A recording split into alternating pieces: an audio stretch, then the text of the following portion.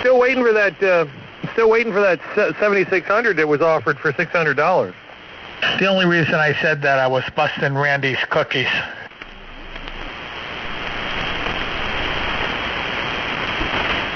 I mean, I legitimately got a little excited. No, he sold. He's an Indian giver. He sold it to me cheap, and then he wants to buy it back now. Oh, so he's regretting selling you. Oh, I see. Okay. No, I'm going to tell you the whole story, because you really have to hear the whole story. About 2 or 3 years, I don't know, 3 or 4 years ago, the mic plug on the front of the radio stopped working. And when you plugged the mic in, you could put the audio through the front, but you couldn't key the radio from the front. You follow? Yeah, I'm with you. Go ahead. So he always keyed the radio through the back. So when he decided to sell the radio, he couldn't ask full price for it, because nobody would have bought it without the mic thing working on the front. So he knew what didn't matter to me, and he said, "Well, I'll give you the keying switch." He says, "I got that plug. That plugs right in the back of the radio with the switch." And he said, "It doesn't make any difference." And, what's the difference? And I said, "Well, to me, it doesn't make any difference." So he sold me the radio $300 cheaper than normal. So anyway, I got the radio. I'm playing with it. I plug his plug in the back, and I'm operating the radio. And this is when I was dealing with that pile of dung there. And anyway, one day I said, just for the hell of it, I'm going to plug a mic into this. So I got my good microphone, and I plugged it directly in, with the plug. And guess what? It keys the radio. So then I got another microphone and plugged it in, and that one keyed the radio. I tried 3 different mics on it, and all the time it's ever been here, it keys through the front. Now, Randy says it didn't key through the front when he had it, and it was broken. I say the radio works perfect, and there's nothing wrong with it. So now he wants to buy it back.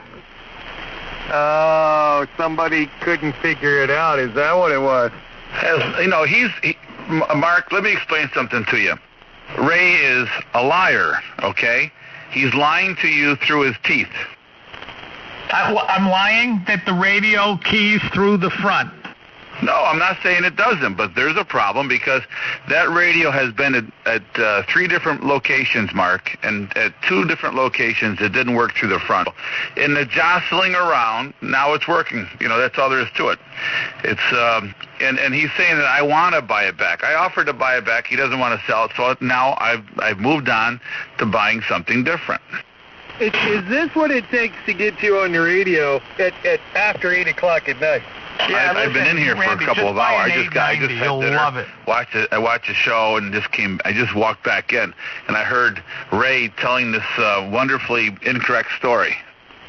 Well, incorrect or not, do I have to go get the 7600 and put it on and see if it keys through the front? Yeah, why don't you? He's got a new magic antenna design for you, too, there, Randy, that he's all gung-ho about making you do. Oh, I've already heard about it for the last 2 hours. Yeah, well, Mark even came up with another one that would really work just as good. You put up your tower 125 feet, you run the 4 wires off the top, just like we talked about, another 125 feet, and you run coax up the center of the tower, and you feed it right in the middle with coax cable, and that would work really well. And if you cage the vertical with copper wire and make it 18 inches in diameter, and then you put cages on the 4 wires coming off the top, I'm kind of guessing the highest SWR you're going to see anywhere is probably 5 or 6 to 1. So if you ran 7/8 hardline up the center, you could do that. You wouldn't need open wire feed line. And you wouldn't need 7/8 inch hardline either. You could just run regular coax. Yeah, you're wrong, because regular coax gets very lossy if the SWR is high, and you don't know, the SWR could be 10 or 15 to 1, and then it gets very lossy, and it also arcs. At these frequencies, you could run 10 to 1 through LMR 400, and you really wouldn't see a lot of loss. You're wrong. Yeah, you're wrong, because that blew up he arced through the coax a bunch of times until he figured out that you got to use better coax. Yeah, the loss due to SWR is amazing. 20 feet, Mark, 20 feet into a 10-to-1 SWR, you can lose with a kilowatt, you can lose about, what was that thing that the ARRL did, 800 watts? Yeah, it was like 600 or 800 watts lost in about 20 feet of cable. That was 213. Yeah, believe me, if you get the wrong antenna in the wrong spot, you can do that. That's the problem with coax cable. That's why real hams don't use coax unless they have to. Now, I noticed something interesting here on the 7000. The match going into the amplificator on the 7000 looks closer to about a 1.7 to 1, and the match coming from the Kenwood going into the amplificators is about 1.1 to 1. So there's a little reactance going on there in the circuit with the different length of feed cable going to the amp. Isn't that interesting? Well, the length going to the amp on this frequency, it can't be. I mean, you're talking about it has to be a quarter wavelength to cause a real problem. So, unless you put 40 or 50 feet extra cable on, it shouldn't make any difference. No, it ain't got nothing that long. It's the difference of maybe 2 switches in another section, probably 2.5 foot more. Yeah, I don't see why that's making any difference. That makes no sense. Very interesting. And what are you reading the SWR, with the radio itself? Yeah, the little 4 meter at the bottom of the 7000. Yeah, so how accurate is that, do you know? Oh, I don't know. It seems to be fairly accurate. When I load it up and just use the radio for 60 meters and whatnot, it jives directly with the big meter.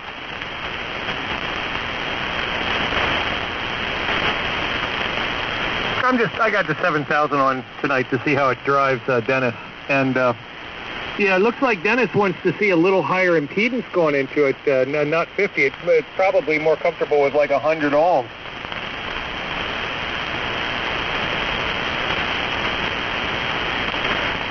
Isn't that fascinating? And that would jive by what that fellow that did the work on this amp said. You should have a little tuner in between the radio and the amp because of the way it's designed. It wants to see a little different impedance than 50 ohms.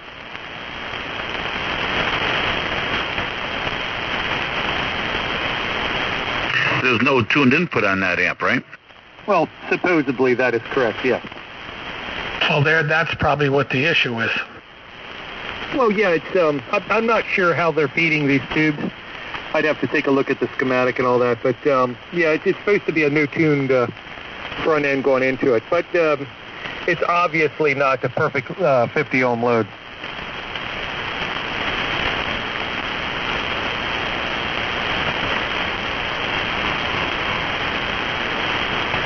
N3 or more.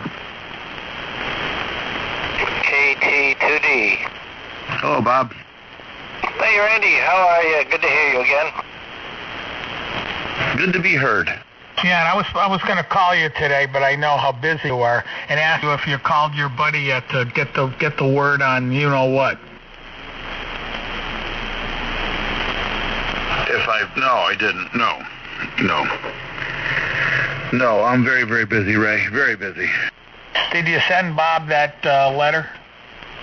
No, I didn't, Ray. There's somebody out there in the distance trying to get in, but I can't hear him. Who's ever out there, go ahead. Well, now he's not talking.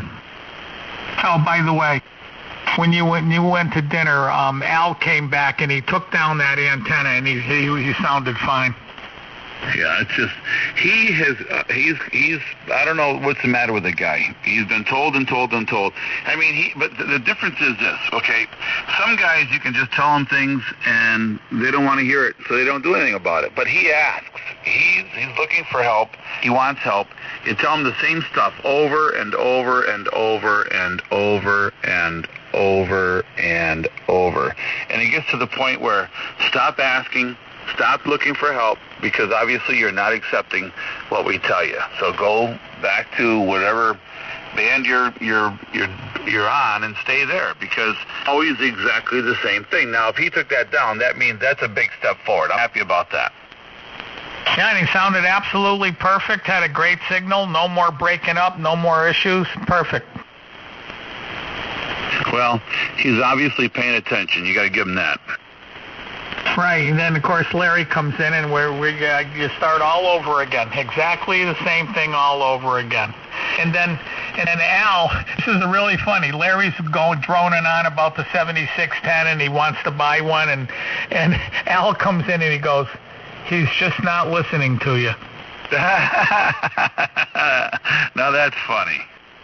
It was funny, but he was 100% right. I mean, Larry's the same way. I told him 15 times, they're a piece of crap, don't buy one, and he's still thinking about buying one. Oh boy! I mean, he didn't go ahead and buy one and just come in here and kind of feel us out, did he? I certainly hope not. I don't think so, because you know him. He has to hem and haw for a year before he buys anything. But the real truth is he's having trouble with his 7410. It stops working all of a sudden, and he can't. It just doesn't work. The display moves and the display's on, but it doesn't receive and it doesn't transmit. So he's stuck now. He has to buy a radio, or he has to try to fix that one. Okay, back on the Ken Eater. You sound a lot better on the other one. Oh, really? I'll talk some more. Okay, here's the microphone I've been using every night since I got the little elements from Randy, and this is still element number 2.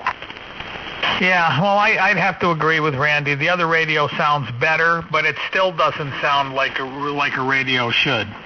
Well, the other one certainly needs a different microphone. Okay, so let's just say that. But that other one sounds a lot more natural than this does. Yeah, then the other one needs a PR781, because I was just telling him, I heard a 7000 one time. I thought the guy was running a Kenwood 890. It sounded so good. And I said, "What are you running?" And he said, 7000. I said, "Oh, come on. There's no way a 7000 sounds like that." He goes, "Yeah, it does. The PR781, and you don't run the compressor." He said he just turned the mic gain up, and man, he sounded great. And I mean really, really great. Well, that's good to hear. So that's the mic you have to try to borrow. Try to borrow a PR781 and just turn the mic gain like all the way up and don't run the compressor. All right, here's the MC80 microphone, the test mic again. I might happen to know who has one. You got a PR781? Affirmative. Right, well, I keep on telling Mark, why waste money on an expensive microphone when you can buy the ICOM, the 7300, and run the hand mic and sound better than he ever sounded. W2KRY, how's everybody tonight? Hey, there's Yazoo, man. An email. He's looking for either the 991 or the 991A. Who is? It's a thing for Randy, information for Randy. Oh, okay.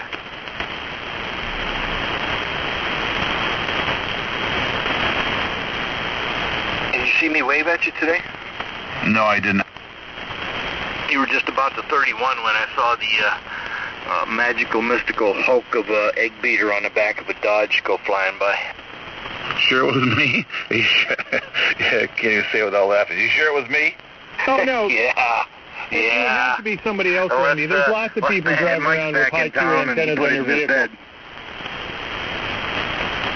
Hey, by the way, I wanted to tell everybody this. When I went down to my mother's house and I've been unloading all this crap back to my house here, I found a big tub. It's a big tub. It's like, 7 inches in diameter of Johnson's paste wax.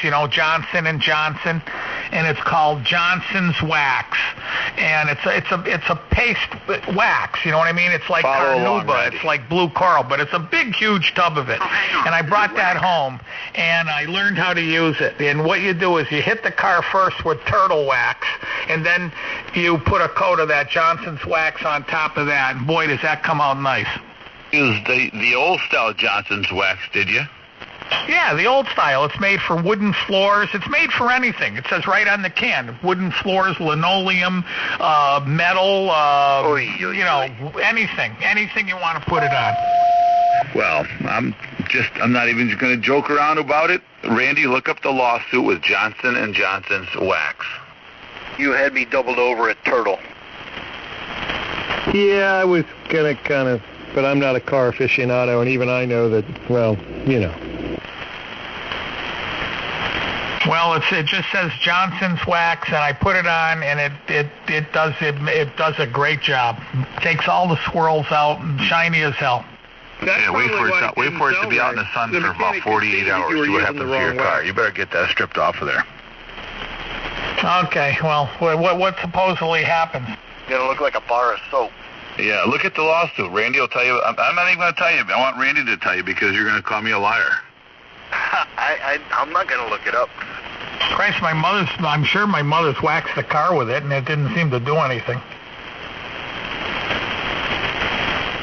That might not be such a hot combination, Ray. You might want to check that out.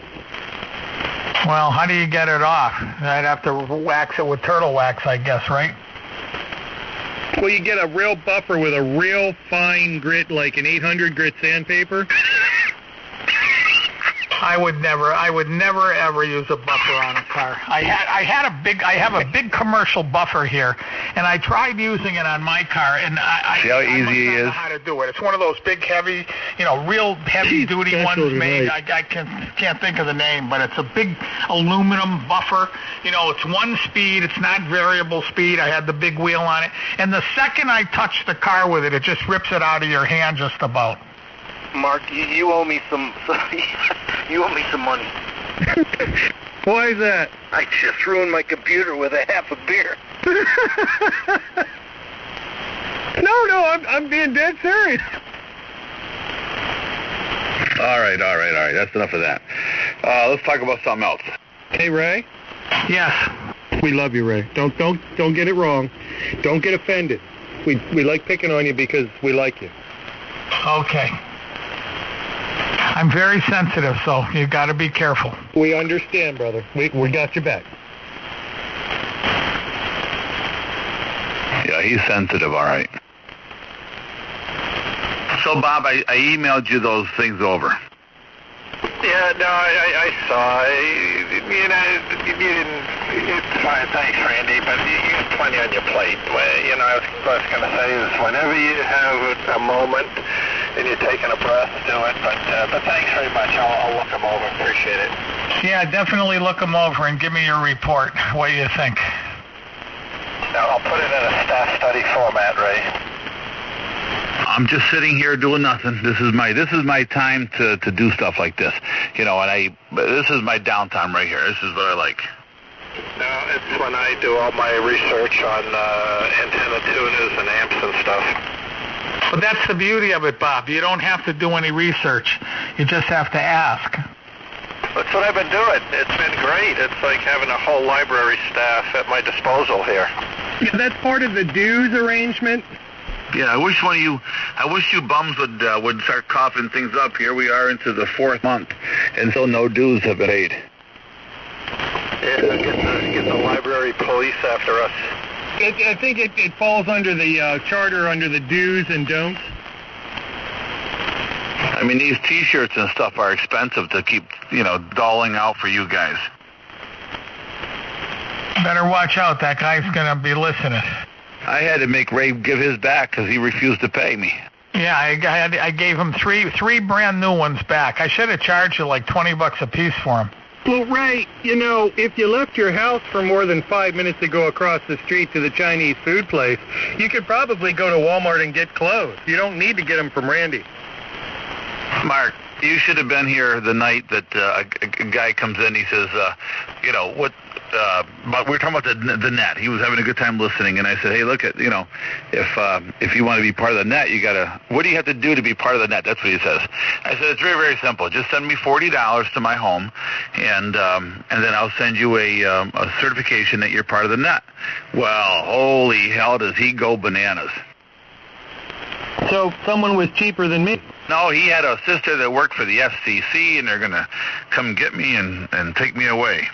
Oh, because obviously with all of those big fat $40 checks, you're going to be able to retire within, 4 months? Yeah.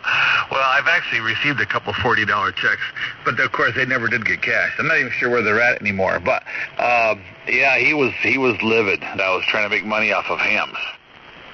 Well, what about repeaters? Unlike the guys that sell wire dipoles in the bag for $100 at Hamfest, unlike those kind of people. I told him, I said, dude, relax, you'll get a T-shirt.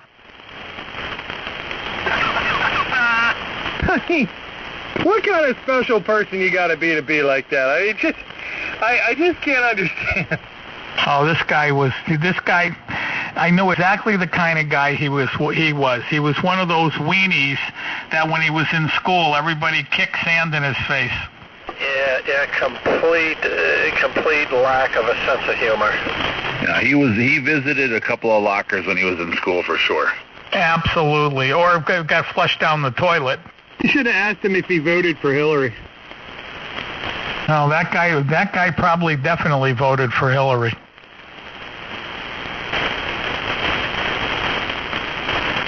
Trump was at one of his big rallies today. Oh, my God. The people were chanting and raving and going crazy, and it was amazing. They love him. They love him. I'm telling you, they love him. You can tell that because every time he gets in trouble with anything, he says something and everybody they start clamoring about he should be this and he should be that. Everybody his approval rating just goes higher. Yeah, it's really true. It really is. It's amazing. They're yelling every 4 more years, 4 more years, 4 more years. He plays the crowd very well, too. Yeah, but the funny thing about it is Reagan was a much better speaker, and Obama was a much better speaker. Except I think in Reagan's case, the people loved him. In Obama's case, not most of us, but half of us realized he was just full of dung. Well, like I said before, when you have something, okay, when things are just going okay and there's a problem someplace and you might stand up and be on guard, but when you're attacked, you fight really, really hard. And that's what I said the Democrats are going to do because they're afraid they're going to lose something. They've got a really cushy thing going on, and they're afraid they're going to lose something, okay? So we had Obama. We knew he was a blowhard.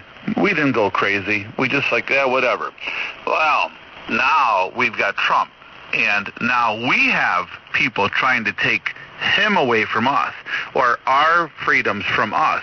So now we are going to fight. Now the people that are aligned with Trump have their dander up, and they're just not going to stand by and let the hooligans from the left, take away what we want. So that's why it's happening the way it's happening, because every time he does something, the left goes crazy and the right has to fight back. And then how do you do that? By supporting the guy that they're fighting against.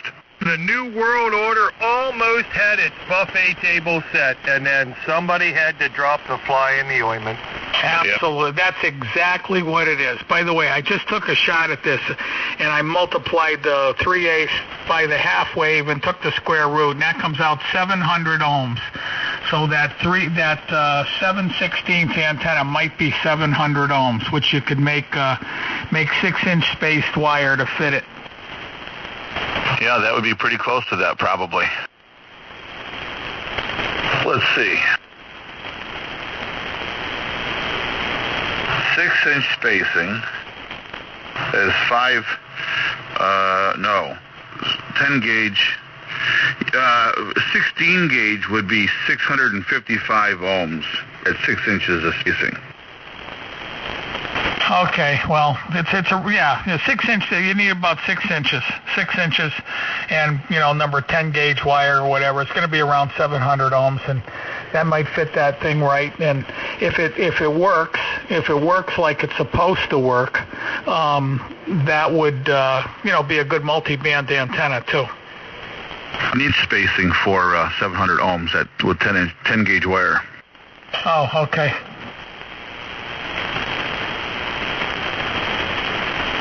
I wouldn't worry about the spacing. Who cares if the SWR is 2 to 1? Just run 4 inch. You like the 4 inch, just use 4 inch spacing with 10 gauge wire. That'll be fine. Or you can make the antenna a little bit shorter. You know what I mean? Instead of making it that, you make it another 10 feet shorter, and you can match the impedance exact. Right, that would be the thing to do. Make the feed line like you want to make it, out of the materials that you want to make it out of, and then match the antenna to it. Yeah, just make the antenna. Try to make the antenna half wave, half wave on both sides, and then just easy enough to trim it back. It wouldn't be a big deal.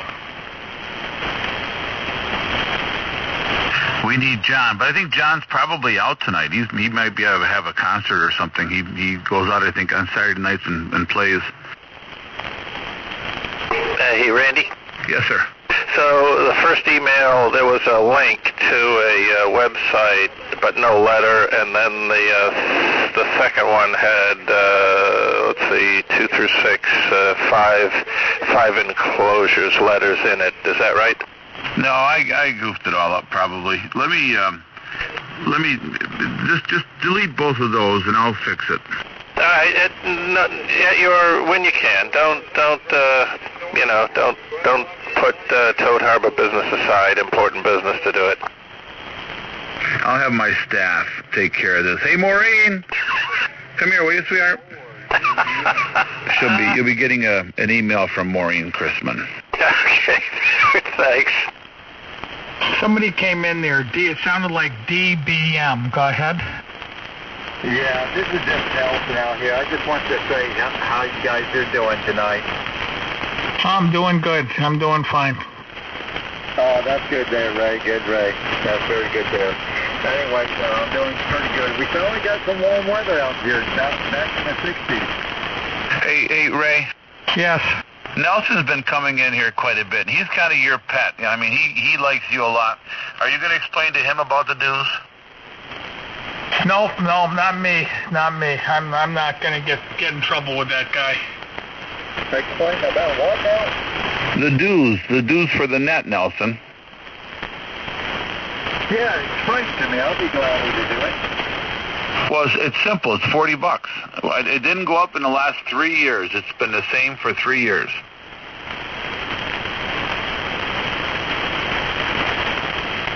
Yeah, copy that. Yeah, you guys run a really good net there. You guys one of the best. No, we are the best. But you get a T-shirt, too. So you going to send the money or what? Roger. I don't believe him, Ray. Does that make you feel good? It does. Okay, now tell him you're just kidding. What are you talking about? Oh, God, here we go. Yeah, you guys are one of the best there because I've been listening to you guys for a long time. Well, how long? Like for 8 years. Years? Oh, my God. Honey, give me the calculator. Nelson's going to owe us big money. How many flies are walking around your house with only one wing? No flies in the house. You just got to remember, I travel around on the shortwave radio a lot there. Anyways, I'll be right back, guys. I want to go ahead and get me some more coffee there and a snack. Nelson, don't you think that a $40 price would be a bargain for dues for this net? That would be actually a bargain. I mean, really, it would be a bargain, especially since you get a free T-shirt. Is that one of the T-shirts I gave back? No, I'll give him a brand new one for a check. Yeah, sure, no problem. I got plenty of the ones that the ones that I don't like. I've got plenty of. Oh, okay. Hey, Randy. Yeah. in North Carolina. Was he thinking about coming to the picnic? No, I don't think he'll make it. Nelson, you coming up to the picnic, the summit? When's the summit? Where's it at? It's in Kingston, New York, and it's June 15th. I have to put that on my letter, Connecticut. I think if he brings 2 full racks of ribs, well, ready to go, that might solve the back dues. No, he's from down south. He has to bring the shine. Raymond, there's no alcohol allowed in the park. Oh, right, yeah. That's right. We got to remember that. We have to disguise it. So what do you guys think about the AmFest in the North Carolina area? I didn't hear what you said. What's going on? The AmFest in North Carolina. Are you saying Ham Fest? Yeah, in North Carolina. Well, I don't know, but I wouldn't drive that far to go to a Ham Fest. I wouldn't drive 10 miles to go to one. Roger. Well, I'm going to just one in there and stop there to look at some radios and amplifiers. Right, well, look at a Kenwood 890. That's the only one you have to worry about. The only thing is that if the Kenwood 890 had all the band modes, it would be a great radio with the 220 and 2 meters and 440 in there. Who the hell's going to be on those bands? There's nobody on those bands anymore. I just talked to Pittsburgh, Pennsylvania this morning on sideband today. On what band? 2 meter sideband, 144.645.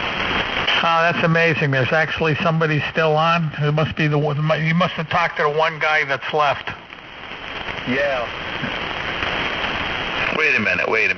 144.645?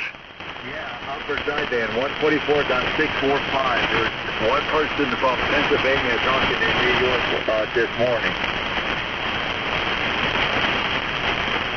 Why would somebody be up so high? That's above. I mean, that's why. I don't get that. Are you sure? You mean 144.245? No, 144.645. I wrote it down right there and talking the gentleman from Butler, Pennsylvania.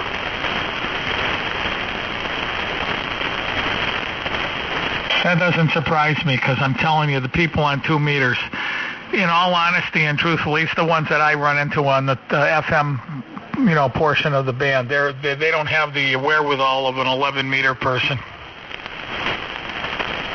Oh my God, I hate that.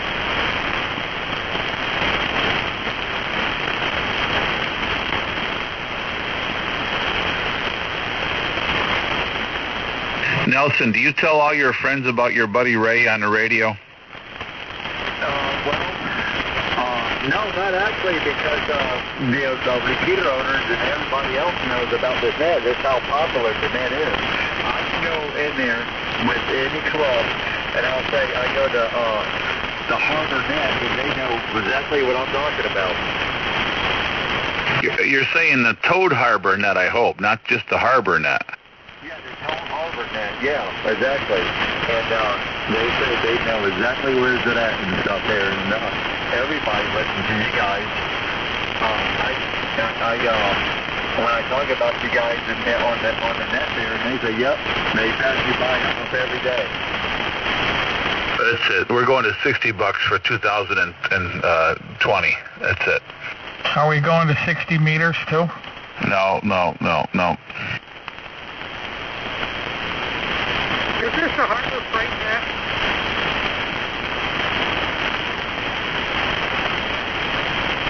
Hey, Ray, you think Chuck said he's having the best sounding radio? Yeah, well, probably. Well, he talked to you before, and he said you sounded really good out there when he was in the mobile. That was like 6 months ago.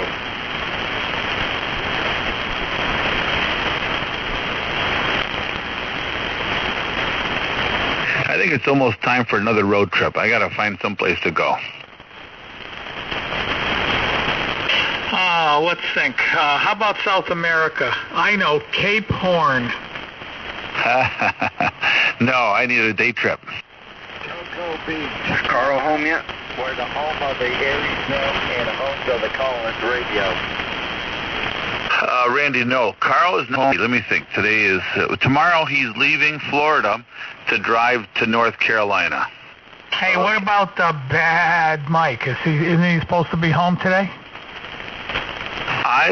I hope he's home today. I'm nervous because I sent him a couple text messages and he hasn't responded. So, and I've actually been watching the news for airplanes being hijacked out of Tel Aviv or anything. So I'm sure he's fine. He's probably just jet lagged. He'll be home today. He'll be on tomorrow, I hope. Well, when was he supposed to really get home? Today, flying back over last night and then getting home today. I'm surprised he didn't stop in to say hello. Boy, I'll tell you, a week, that must screw you up something awful. 6 hours difference for 5-6 hours, that must really screw you up. It's 7 hours advanced. So what time, if he was on Israeli time, it would be like 3 o'clock in the morning, right? Yeah, 3:36 a.m. Oh man, he must be all out of whack. Devin said it took him a while to get straightened out. Oh, like I said, it must be just awful. You know what people say? The way to do it is to stay on your time. You know, if you're just going somewhere for a short period of time and it's possible, stay on the time you're on. Yeah, I think that's probably true, but I think also it'd be pretty hard to make all those tours that he went on. Hey, they're not gonna, be 7 hours behind. Obviously he went on some tours and looking around and things, so he has to be at a certain time, and they're not going to be on American time. Oh, that's true.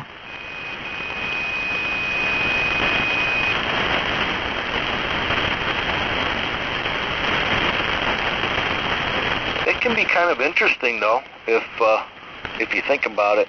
The most interesting thing that I found when I was stationed in Iraq was being able to eat your breakfast and watch Monday Night Football at the same time. Talk about a culture shock.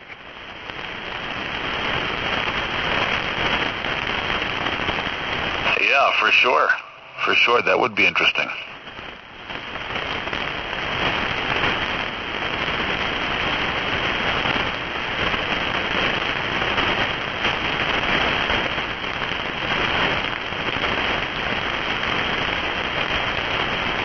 I could see Duffy's lips move today, but I couldn't make out anything he was saying. And were you hearing him all right? Yeah, he was fine. He was like between a 5 and a 9, and I had zero floor noise, so he was real readable, no sweat. Wow. I couldn't even hear Jeff an hour earlier. Yeah, Jeff was about a 9. What do you use on 40 meters? What's that? What is your antenna on 40? That's the same as it is on all bands. It's the fan dipole. Okay, yeah.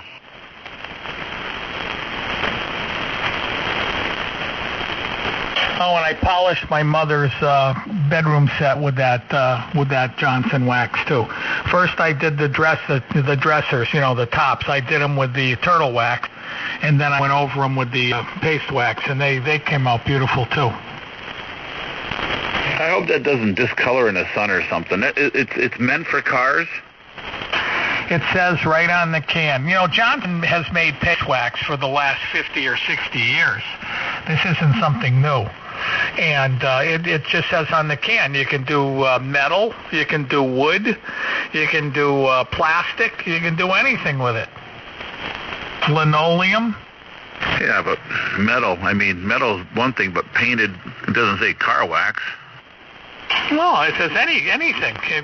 Linoleum, different kinds of flooring materials, anything you want. My mother used to do our floors back in the old house. She paste wax them. She, put paste wax on them with a buffing machine and let it dry, and then go after it again with another pad on the buffing machine and buff it all off. And the floors used to shine like crazy. You better call that lady that wanted to buy it for $9,000, because by the time you get it repainted, you're going to have $3,000 or $4,000 into it. At least. Hey, I can't call her. She never gave me her phone number. Another crazy person. I know everybody's thinking right now, what's crazy about that?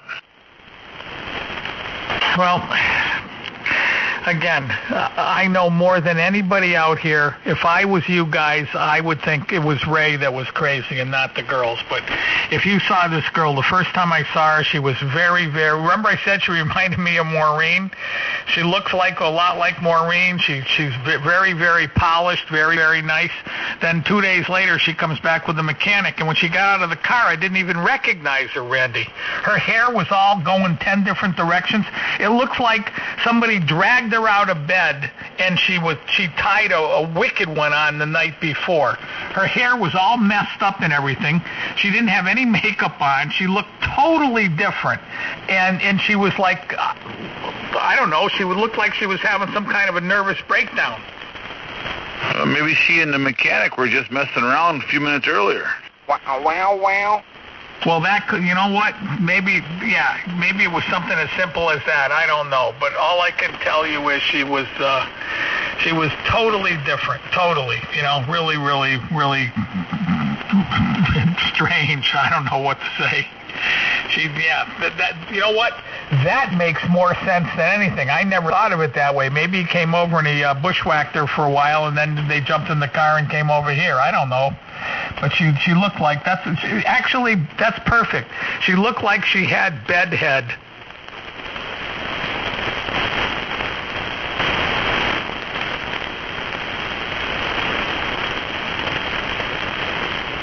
WA2JID.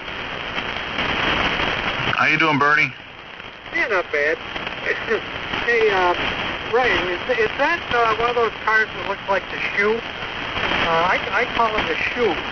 I think it's a Z3. Is that what it is?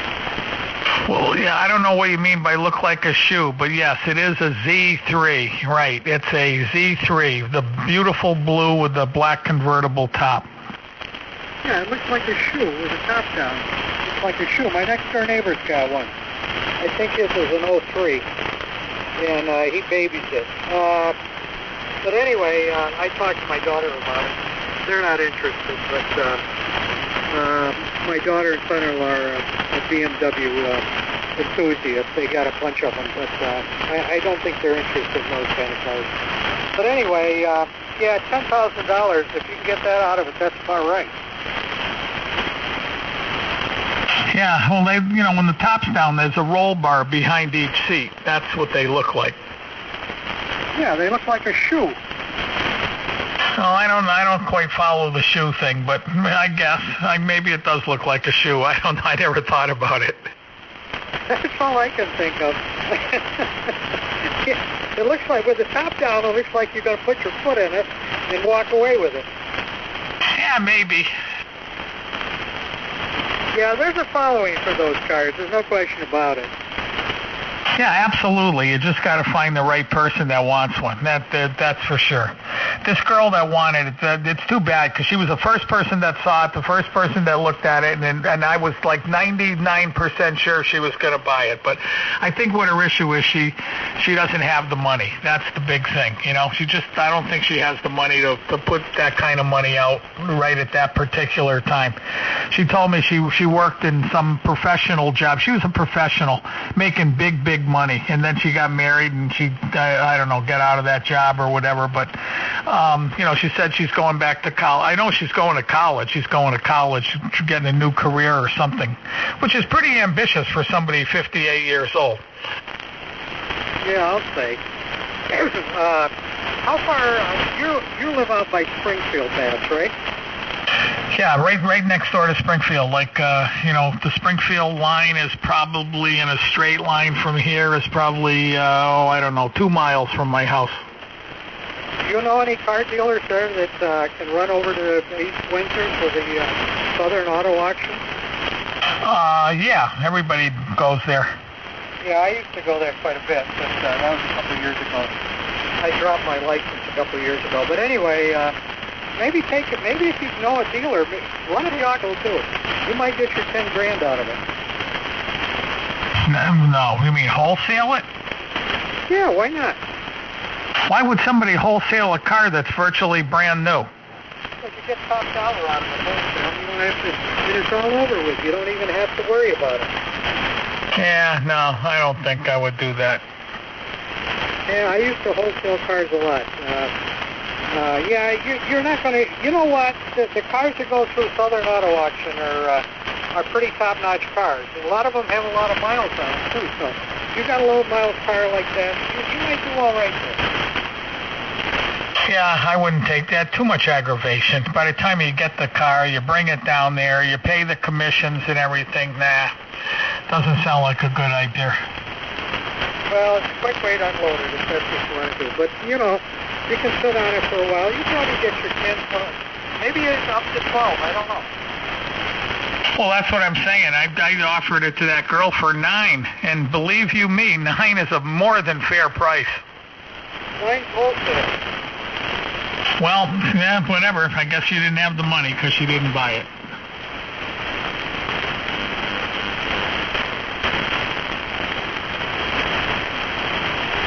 How am I sounding tonight, guys? I'm running 500 watts. I don't like your audio. You never did. Yeah, it just, I'm just not wild about the audio. That's it. Other than that, you're fine. Yeah, well, it's probably my voice. What do you think, Randy? Does my audio suck, Randy? He probably can't hear you. Oh, he can hear me. He's probably not there right now.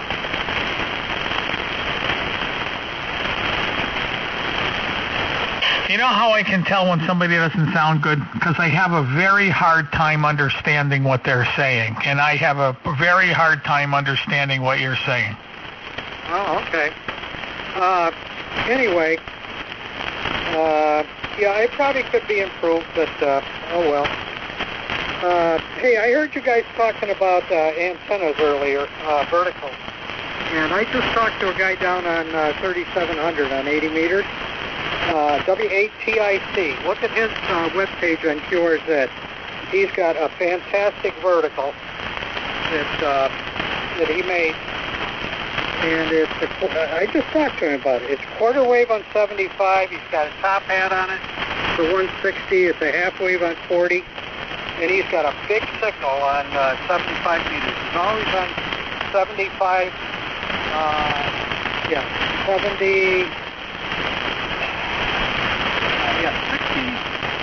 6595 or 70, 3700, I'm sorry, and 3695. He's on there all the time. He's out in Battle Creek, Michigan.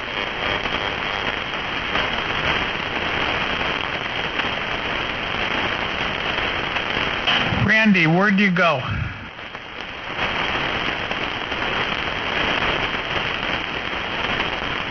Bob, are you there? Yeah, I'm right here, Ray.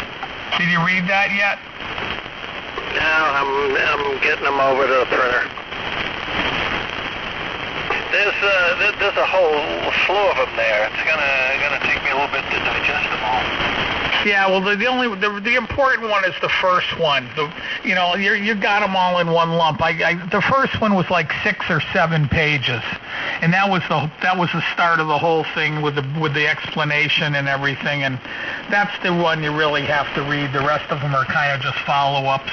He listens here, and when we talked about it again and again, he would just sort of follow up with another thing. But that first 8 pages there is the one you really want to read. Okay. I'll work on that now, getting it to you. I just got back. I just remembered I have it on my computer. I sent that from my phone. I shouldn't have. But I'll go to my computer. And also, by the way, Ray, something interesting to you, that Kanan called me today, and he asked what address he could send some sensitive material to. And he said, I'll send it to work. He said, but I don't want anybody pawing through it. I said, no. I said, they're very good at my office to get me stuff right away. I get a lot of the time up there. So he's going to send me his hard copy of stuff that he wants me to see. Who is this you're talking about? The NASA guy. Oh, that's the one. Yeah, that's the one I wanted to hear about. Okay. I'll copy and send to you what I get from him. So, Randy, I just need the first one. I have all the other ones. Yeah, I'm working on it. Don't be pushing me, Bob. Knock it off. Roger. Hear this guy?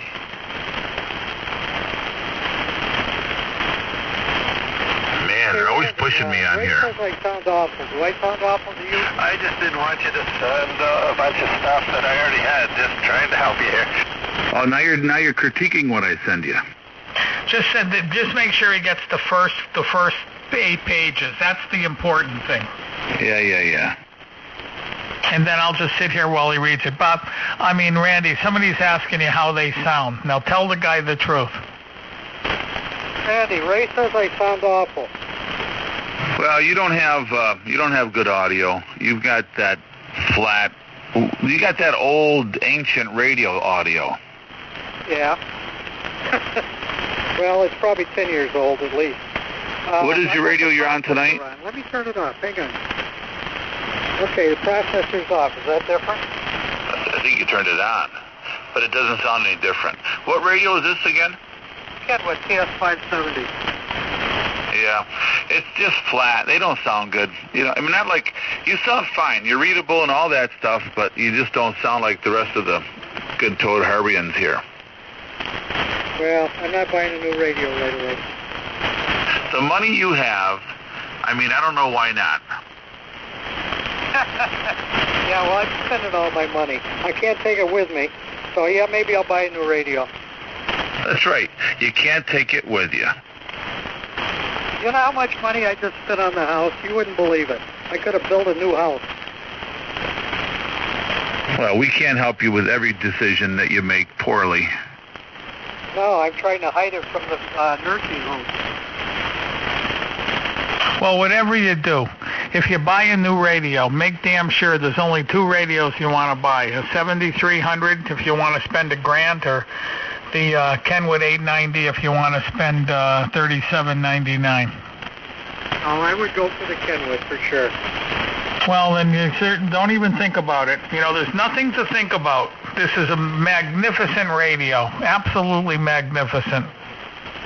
You don't have a 991, do you, by any chance? I'm getting a new sewer line starting Monday morning. That's going to be about $7,000. And then after that, I got to put a new driveway in because we're going to dig up the whole driveway to put the sewer line.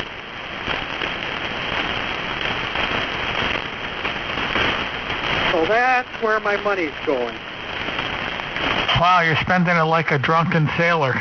Go ahead, ask him again, Randy. You doubled with him. I don't know what I asked him. If he had a 991. Oh, you don't have a 991, do you? You talking to me? No. Yeah, I was talking to you. No, I don't want one. Why? Well, I know a guy that wants to trade a 991. He wants a 991 or 991A, and he's got a almost new 7300. No, I'm not. If I was going to buy a $1,000 radio, I probably wouldn't buy a 7300. I'd buy a 590. And I know you probably don't like them, but I would buy a 590 first. Yeah, but see, there you go again. You have the most experienced people in ham radio you're talking to, and you go and you buy something that you shouldn't buy. Yeah, but it's a Kenwood. Well, listen very carefully, okay? Listen very, very carefully. I'm a ICOM guy. I've had ICOMs for the last 25 years. So ICOM after ICOM after ICOM after ICOM. And finally I bought that 7610, which is a piece of crap. And I was so amazed about how poorly the radio was performing. When I went to trade it in, I was actually going to get an 890, but they didn't have one, so I got another 7610, which turned out to be just as bad as the first 7610. Now, instead of being like you and saying, I'm going to buy an ICOM no matter what, I changed to a radio which is 100 times better. Now, you know, what you're saying make any sense. I mean, you're getting rid of one lousy radio and you're going to buy another lousy radio. Does that make sense to you? Now, wait a minute. Why do you say it's a lousy radio? Wait, hold on. So this is the question that I have. I was going to try to ask you this before Ray said that to you. Why, okay, here's the question. Why would you buy a 590? Well, okay, because I'm a Kenwood guy. But really, the 590, the 570 and the 590 are not that far different.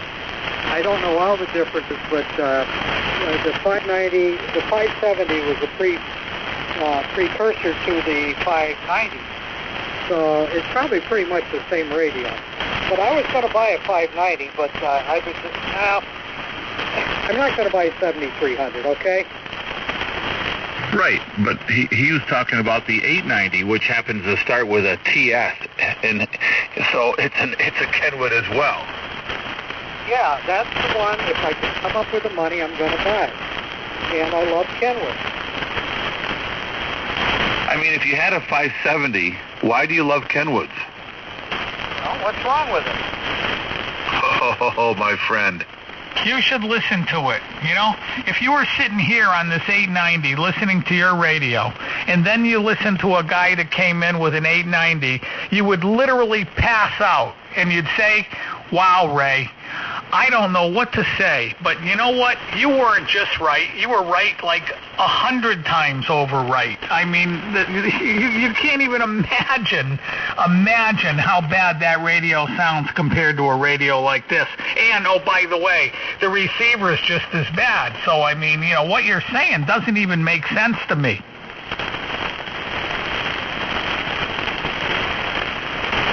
All right, well, I got a ton of radios here, and this is the one I use mostly. And I've got Collins stuff here. I got Collins stuff that most people don't even have.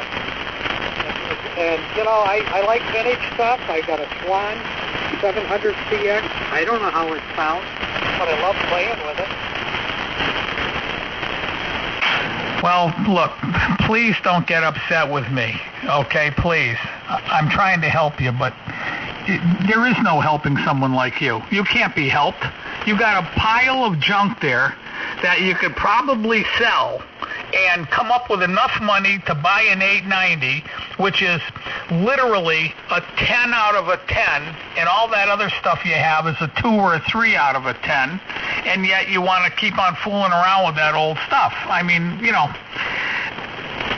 look, all I can tell you is I'm not trying to give you a hard time, but from my perspective, you're really out of whack. You're really out of whack. I mean, and here's what I always say to someone who just told me what you just told me. Do you have a Commodore 64 or a VIC-20? You probably have one in your old, you know, in your archives down there. Why aren't you using the Commodore 64? No, I don't have one. Believe me, I don't have one. But what I do have, did you ever hear of the Goldust twins from Collins from 1955 to 1958? I got 3 sets of them. Hang on one second. Hey, Bob? Yeah, ready.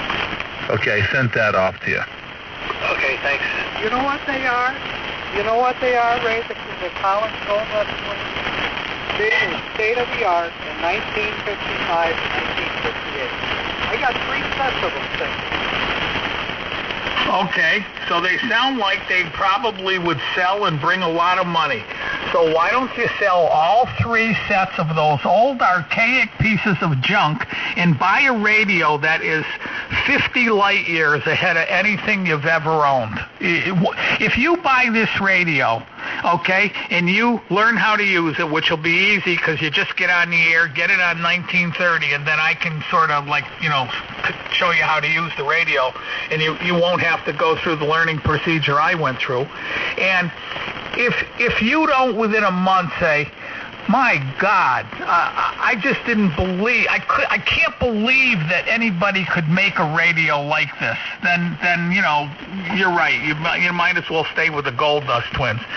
That old Collins gear, as good as it was back in 1955, is like, I can't even think of I'm trying to think a Jenny. Okay, it's like a Jenny. Remember the airplane, the Jenny, back in World War I?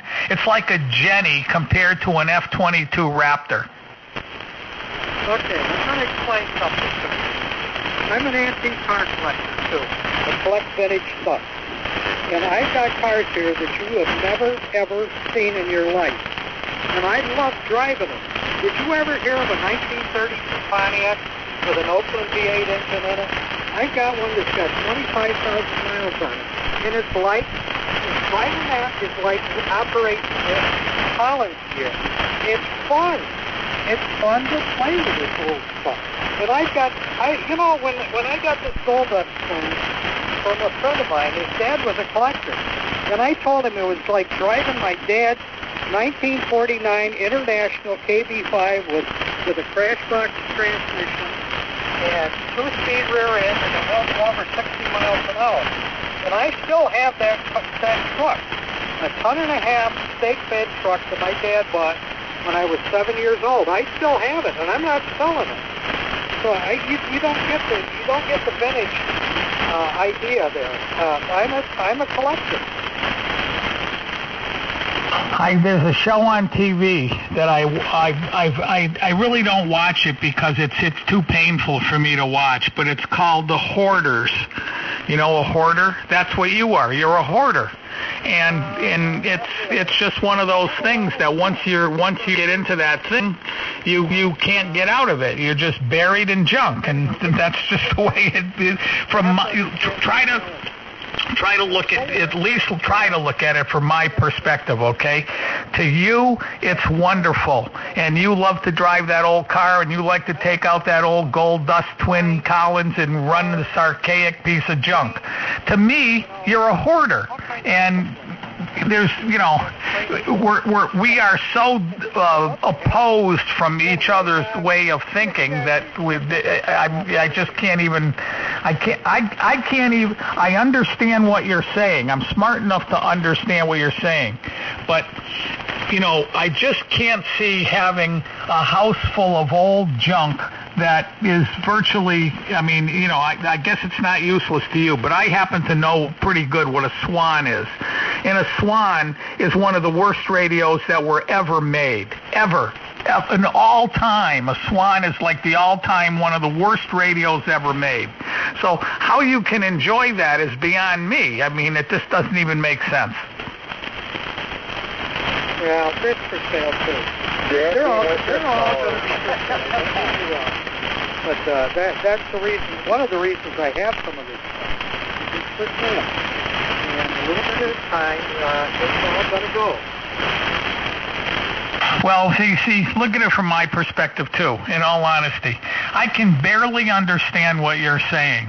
Now, if you had an 890 Kenwood, in about 10 or 20 minutes, I'd have you all set up, and you would come in here like you were sitting in the room with me, and I could hear you absolutely perfect. I couldn't miss anything you were saying, even if I tried real hard. On this radio that you're on here, it's very, very hard for me to understand what you're saying. Sometimes I miss 2 or 3 words in a row. That's how bad the audio is on this thing.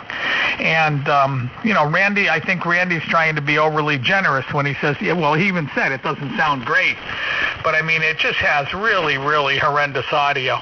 And believe it or not, the 590, they're not much better. They are going to be better than that when you're on, but they're not a hell of a lot better. The original 590 had all kinds of problems, and you may not be aware of this, but I'd say 3/4 of the people that bought the original 590 sold them and end up buying a 1200 Yaesu or a 3000 Yaesu because the radio sounded, the transmit audio was so bad on them, and it was a Kenwood screw-up, and Kenwood knew it was screwed up, but they wouldn't fix it.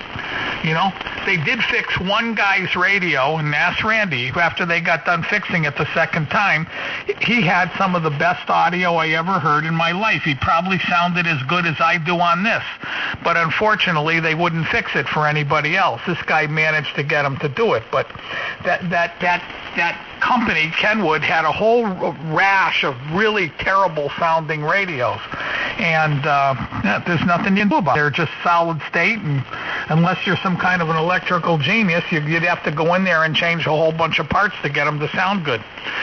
But okay, whatever. Like I said, you like that old stuff, and you couldn't give it to me. You could not give me an old car. I mean, an old car is not my idea of fun. I'd rather jump into I don't know. You know, if I was going to get into a new car, I'd rather get into some new 700 horsepower, classic sedan or something.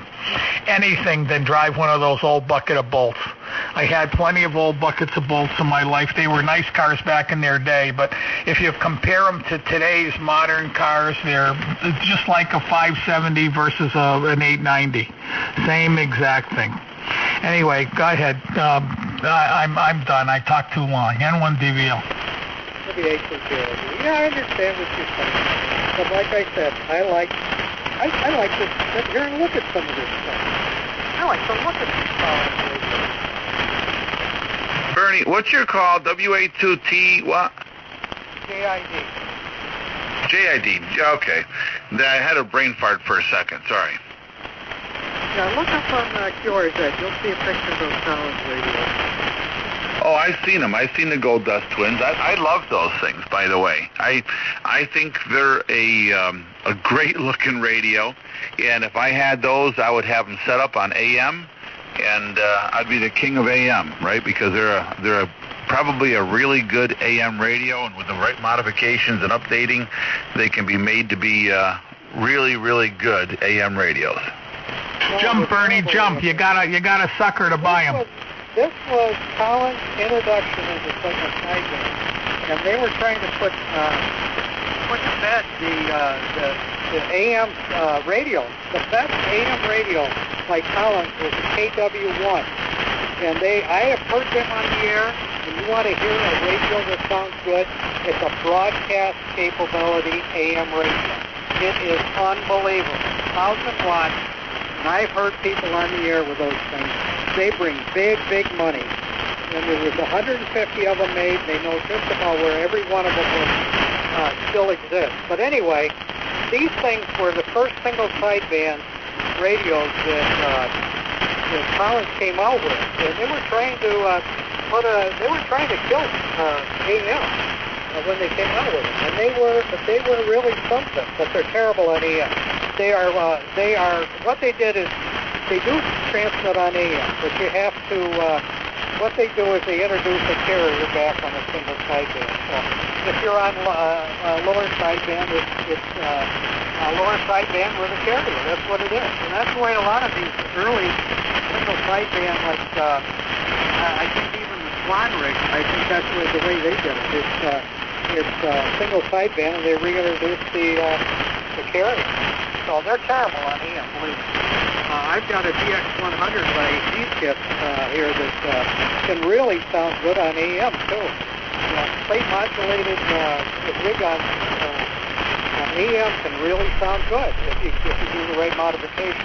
But anyway, I'm pretty much done with all that stuff, too. I'm pretty much done with AM.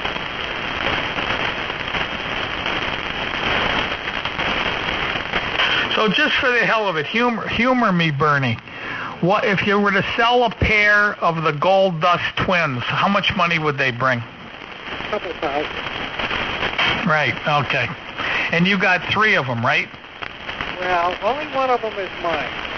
Now I've got a complete set here, and then there's 2 more sets that belong to a friend of mine, and they're for sale. Well, they're not going to go cheap.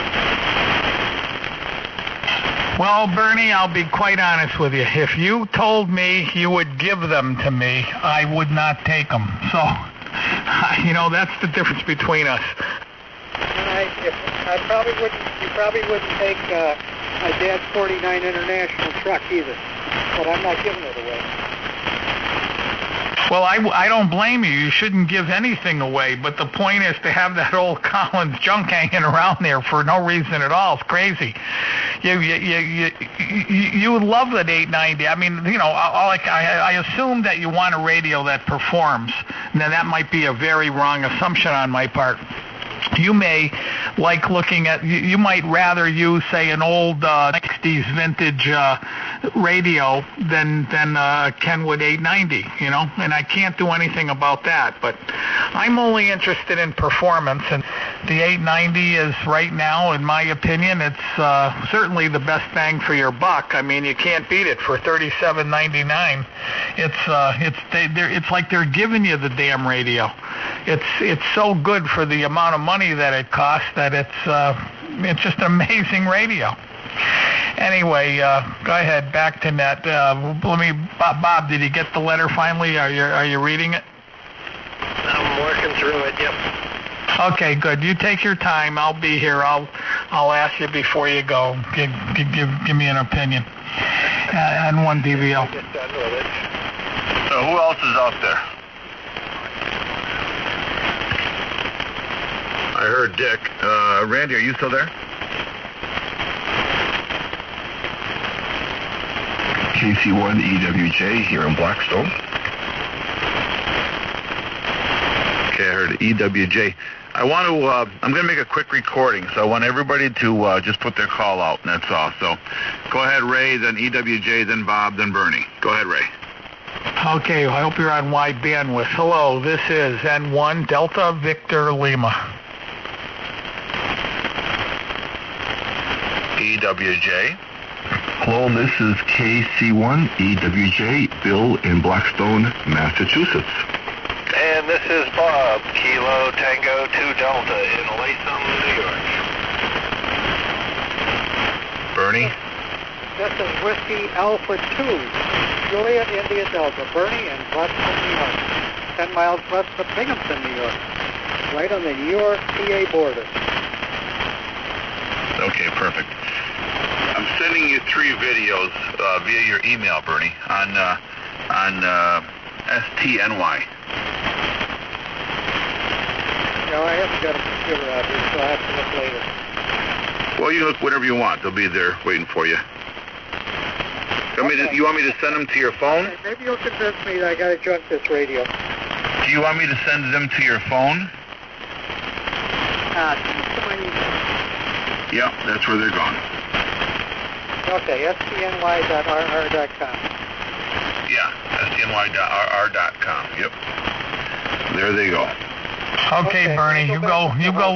Turn your volume down and listen very carefully to that, and come back and let us know what you think. Yeah, okay.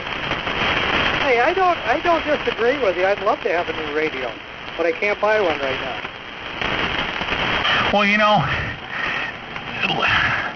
God, you're putting me in a very bad position here, Bernie. Very bad position, because I know what I want to say, but I kind of am trying to hold back. But essentially, the truth is, you really need a psychologist. You've got to go to a psychologist, because you do need a new radio, and you really would love to have this new Kenwood, but you can't possibly bear the thought of getting rid of all that junk you got sitting around you. So you're a hoarder. That's all there is to it. I mean, that's the thing you gotta look at. You're a hoarder, and you gotta come to that realization before you'll ever get rid of any of that stuff. Okay, that's what I had to say. N1 DVL. Well, now he'll never be able to afford a radio because you're sending him to a psychiatrist or a psychologist. Well, maybe he'll get lucky and only have a couple of hours in under the belt, and he'll realize that he's like totally out of control. Well, if Bernie becomes the president, it'll be for free anyway. What am I going to do with all this stuff? I don't even know what it is. So I hear that too. Yeah, okay, I'm a hoarder. Not really. Hoarders collect and keep trash. The stuff is not trash. Okay, do you see the difference? Is his audio getting worse and worse as he talks, or is his signal just going down here? Because I can barely understand anything he's saying now. It's the band's up and down. But Bernie, what does your wife say about all your stuff? Does she want you to keep it, or does she tell you to get rid of the crap? No, she wants me to get rid of it. You should always listen to your wife, Bernie. No comment. I tell you, those are beautiful-looking rigs. But if they're no good on AM, I wouldn't want one of those. I certainly wouldn't want them for a sideband rig. And if they're no good on AM, yeah, I would offer to buy them from you if we could come to the right price. But it doesn't seem like it's going to happen because they're no good for AM. They're no good on AM, and they put out a carrier when you talk on sideband. So what good are they for? Bernie, do you have a boat? Because if you have a boat and it's not more than, say, 20 feet long, you could tie those two Gold Dust twins together and use them as an anchor. Well, that's why they call them boating. Exactly, and that's exactly what they're good for, too. Really. Oh, my God. If you ever had an 890, let's put it this way. If you bought an 890 and you learned how to use it over the course of a week or two, and you weren't utterly mesmerized and amazed at the level of performance that the radio can give you compared to what you're used to, then you're right. You might as well stay with the junk. Well, what happened to your Flex? Don't you still have the Flex? Yeah, that's up in the house. I use that mostly for listening. You know, I'm going to have that all set up. And you want to know something? That is probably the nicest radio that I've ever used in my life. And that can be set up to sound beautiful. But I don't have it down here. I have it on an antenna that I can listen with. And I just bought a solid-state amp, which I'm using right now, and an automatic tuner, and I'm going to get that all set up. That's it. I know you don't like it, Ray. I know you don't like Flex radios, but I tell you what, I'm sold on this. Well, Bernie, it's not that I don't like a Flex radio. I just wouldn't personally buy one myself because their performance level isn't up to, say, anything like this 890. But all I can say is the Flex would be, it would be a 7 or an 8 compared to the 1 or 2 that you're talking on now. So the Flex would be a huge step up for you. So it's a great radio. I love it. I run it in my bedroom. I have it in the basement, and I have it on an antenna that's really, I couldn't talk to you guys that. And I have it on every day. And I check into this main potato net and some of these other nets on 80 meters, and it works fine, but not like, not as well as having an amplifier and all that on it. And I'm going to have that before long. Okay, so anyway, Bill checked in. We're ignoring Bill. Bill, say something nice.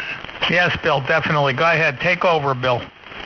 Hello, gentlemen. Yeah, I've been traveling an awful lot. I'm looking forward to staying home for a while. I spent last week watching my granddaughter down at Clemson University. She's 2, and we had an awesome time. Now, what's Bill running? He sounds pretty good to me. Yeah, he does. Actually, I'm running an ICOM 7300, and I bought a drone before leaving, and I tried to use it today to get my antenna up to at least 70 feet. Didn't work, but I did get the antenna up a bit, so I'm still using my Gypsy G5RV, which I've added some line to make it halfway for 160. So I got a little higher up. I know I don't have the Toad Harbor twin line yet, but I'm getting there. Well, you do sound good, Bill. Yeah, that's a 7300. It's a good. They're great rigs for the money. That's you can't beat that one. Ray, how much better would I sound, you think, if I had the Kenwood that you're referring to? Over? Not much. You would definitely sound better because it's a much wider bandwidth. But I gotta say that radio just sounds spectacular. So you'd probably send 10 or 20% better.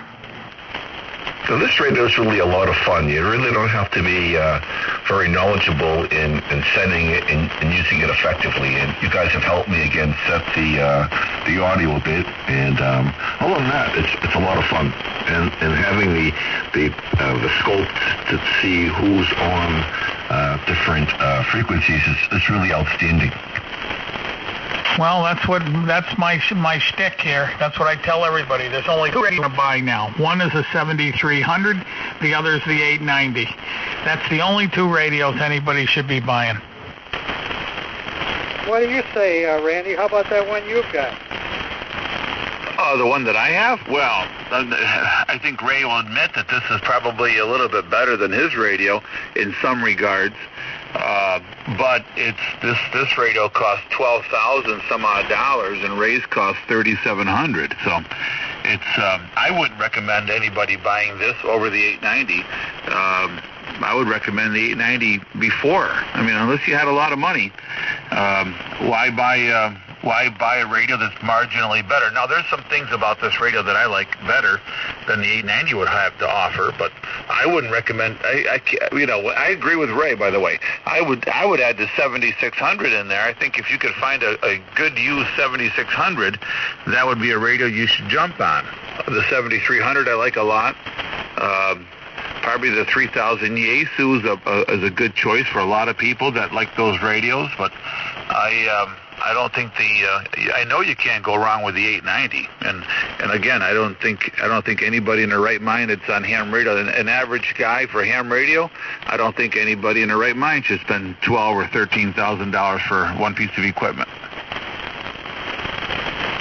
Yeah, okay. So anyway, what exactly is wrong with that 7610? I thought they were a great radio. Well, everyone that I know of, everybody here that's had one, the display goes bad, and they had to be sent back to be repaired. Most of the guys, if they use the preamp up on the higher band, say 20 or 17 meters, the preamps have gone bad in all of them. And there was one other problem that they had.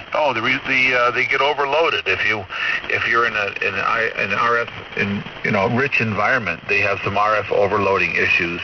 And now a couple of the guys, I've seen two guys on the internet recently that have had their radios repaired from ICOM, and they had to go back again to be repaired for the same display problem. So I think Matt was right, Ray, that he's out of the good displays, and I think they're popping in other displays, hoping it'll last them a little while, because it seems like the new display is going bad too. But yeah, there's a few problems with those. If you don't have those problems, they're probably a really great radio. But some of them have some pretty. Most of them have a pretty big problem. They're all going to have a problem.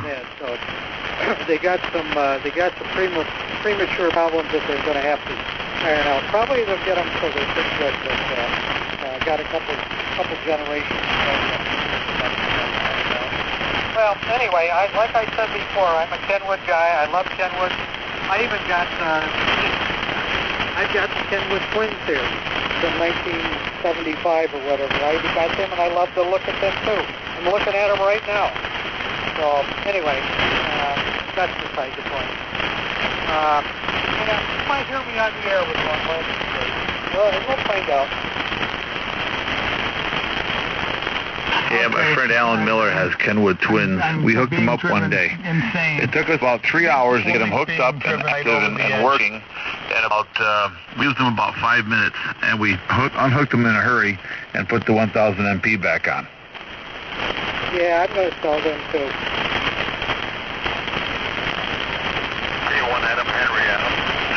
Hi, Dick. The problem is you won't get anything for them. I mean, unless you find a collector, right? Because all that used gear nobody buys it. Nobody buys the old stuff anymore.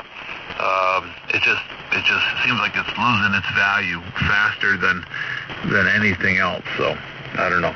You might want to put that stuff for sale and see if you can't find a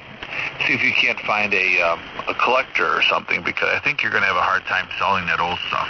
I could be completely wrong. There may be somebody out there for it, but I see it at Hamfest, and I hear people all the time talking about how it used to be they could sell Collins S-Line or something like that for $3,000, and now they can't, give the stuff away. So I don't know. You've got to find the right person to buy it. Go ahead, Dick. How are you? Hey, I'm doing all right. Hey, I almost got a 590, and what steered me away from it was at 9 years old. 500 bucks. I said, no, I don't want it. I want to get something low. I'm kind of leaning towards the 7300 or that, what's the Gimlet, I don't know, X on it. I forgot what the heck it is.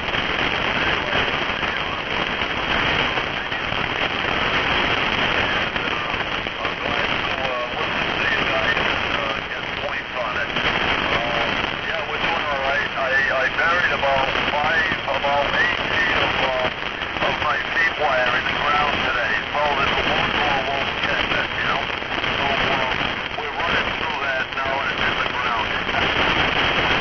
Oh boy, over to you, Andy. Okay, Dick. And by the way, I got the text messages from you this morning, but I was at work, so I couldn't respond. And I'm having a really hard time hearing you, Dick. I apologize, but there's a lot of static in here tonight, and I am having a devil of a time trying to hear what you're saying. I heard you say something about the 7300, and you almost bought a 590 and burying feed line, but I'm not getting 100% of what you're saying. I think that was the gist of it. Over. Yes, it was. That was just about it. Yep. And I almost bought the 590, but no, the age on it was won't do it. You'll have another one in the shack here that don't work, So we're gonna go for a newer one. And okay on the noise and also very good. Very nice. But anyway, we did with the coax. We put about 8 feet under the ground there already, and Randy. And so the lawnmower won't run over it, okay? And the lawnmower won't hit it this time. So when the guy comes to cut the grass, it'll be in the ground. We got a beautiful day today. We got to know what's coming tomorrow, so that's good.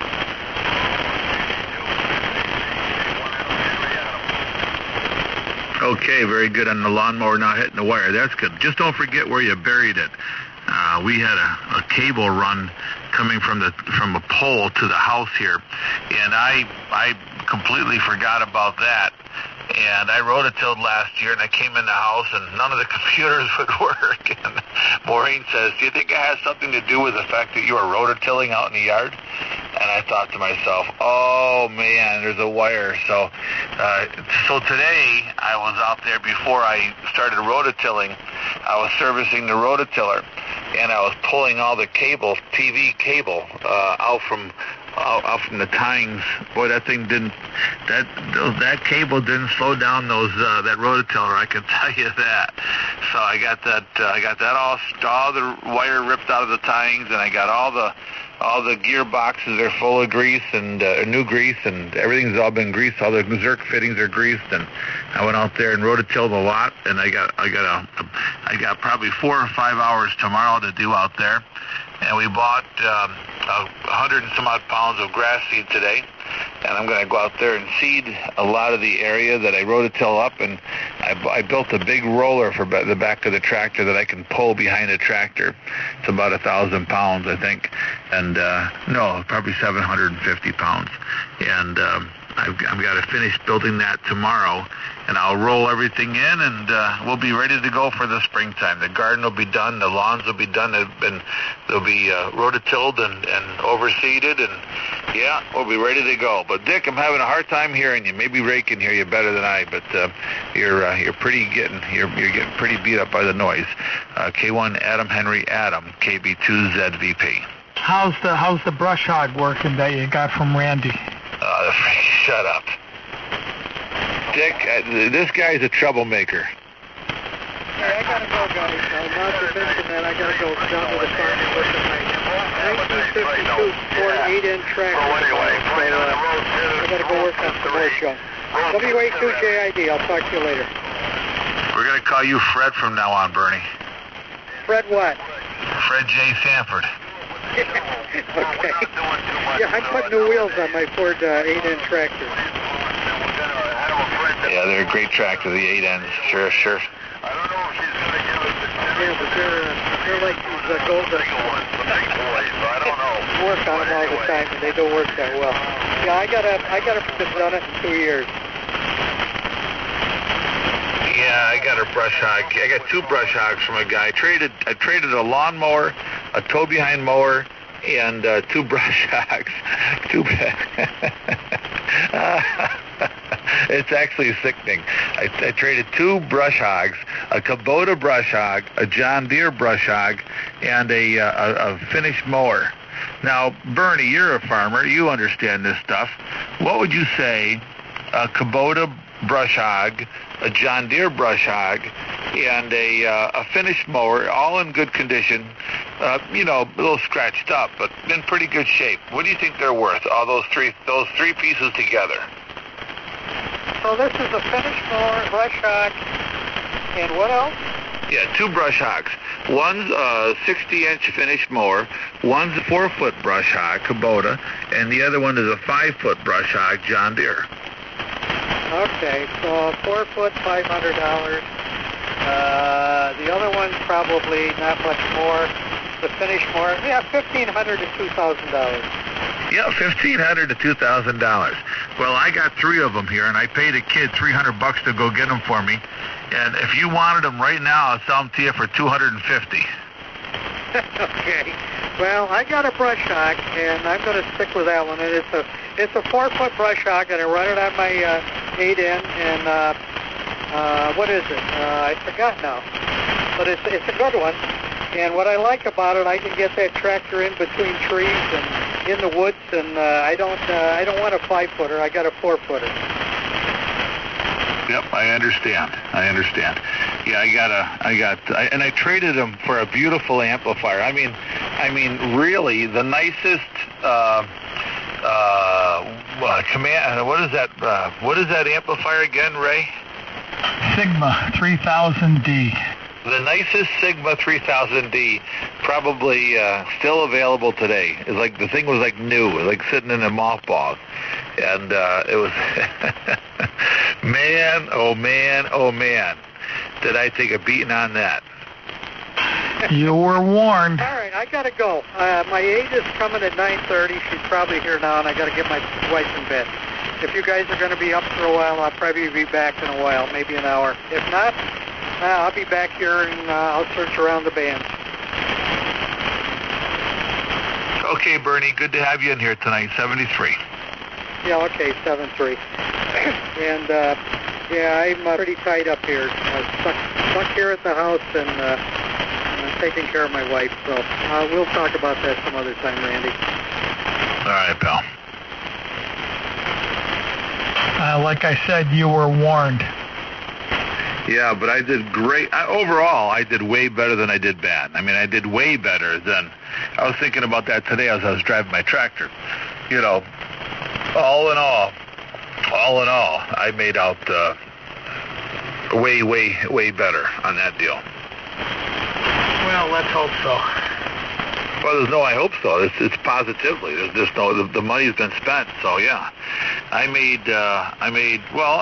I got $19,000 some odd dollars for a $14,000 investment, and I kept a lot of the gear. So yeah, I mean, I did really good.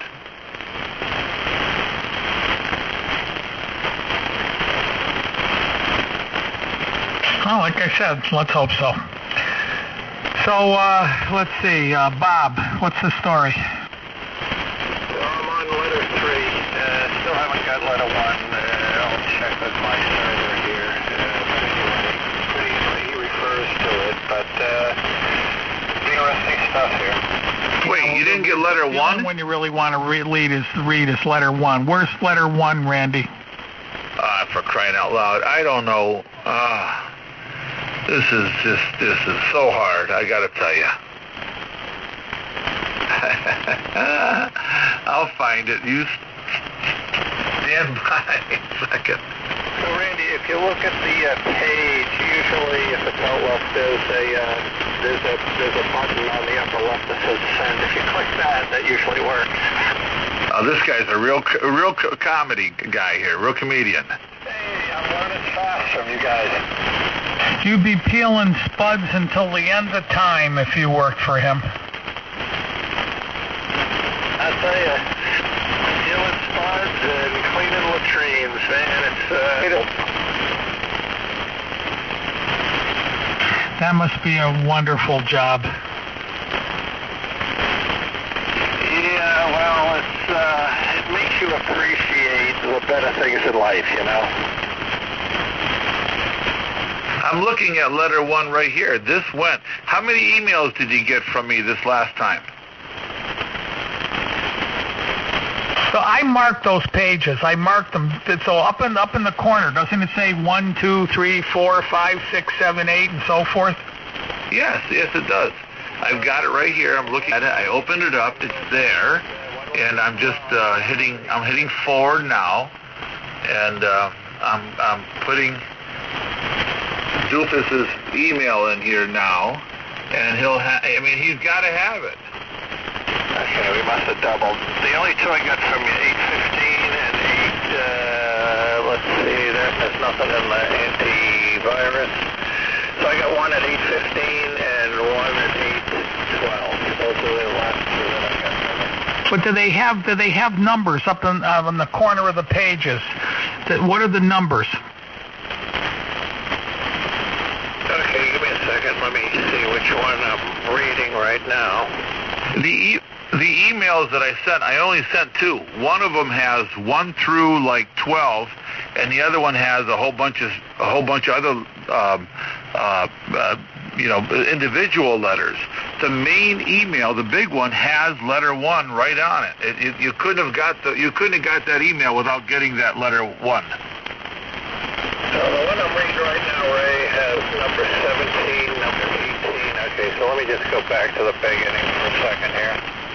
Yeah, you want page 1 through 8. 1 through 8. That's the important one.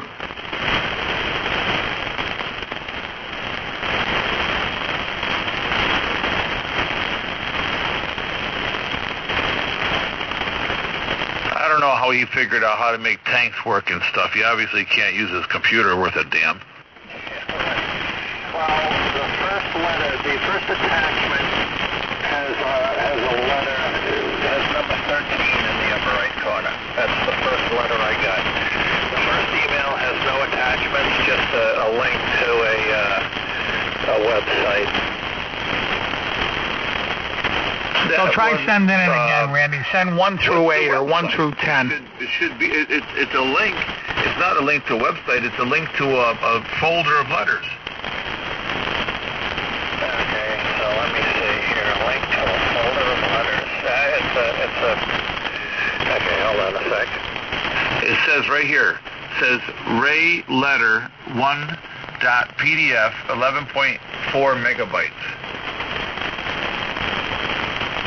No, it didn't come through. Well, maybe there's a filter or something. Let me see if I can do it a different way. Let me look all over, see if it's not buried somewhere. Give me a second here, Randy. I'm going to look in my sent file and see what's sent and see if it's attached in the sent file. And if it is, you should have it. Well, you guys get together and just get 1 through 8 to him. And then I'll sit and I'll come back and when he reads it and see what he says. Mark, are you in here doing your oil burner? No, Mark's been working. He probably went to bed. He's probably tired. So I just replied back to you so that you can see what came through, Randy. Yeah, 1 through 12 is on that email, and I just opened it up on my sent folder.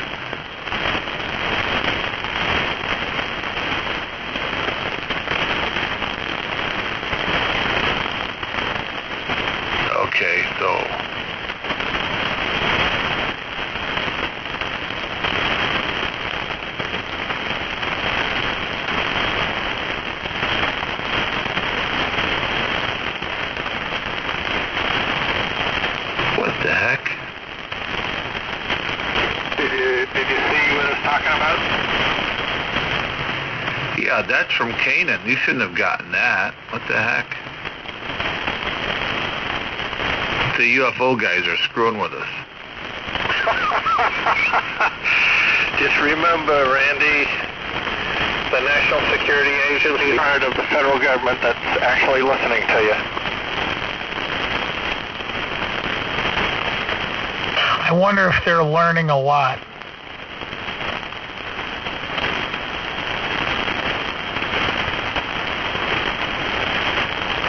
So the Ray letters 2 through 5 came through fine. I don't know why this isn't coming through. Odd. Is it a large file? Maybe the server just can't send one that big. Well, it wouldn't send the email then. That's what it would do. Yeah, but everybody else that needed to get them got them from this. Save. Let me save this and see if I can't figure out another way.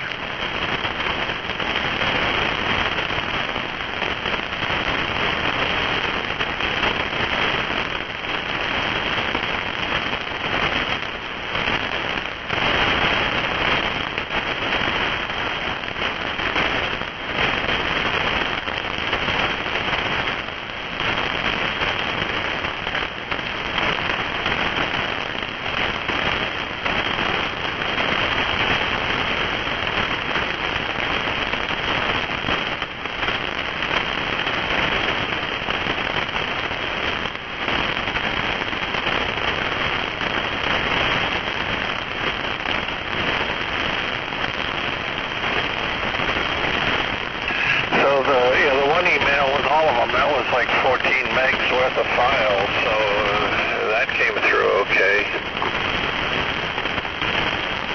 Yeah, I should be able to open up an email now, and I put it into my documents and add an attachment. Let me see if I can do that for you.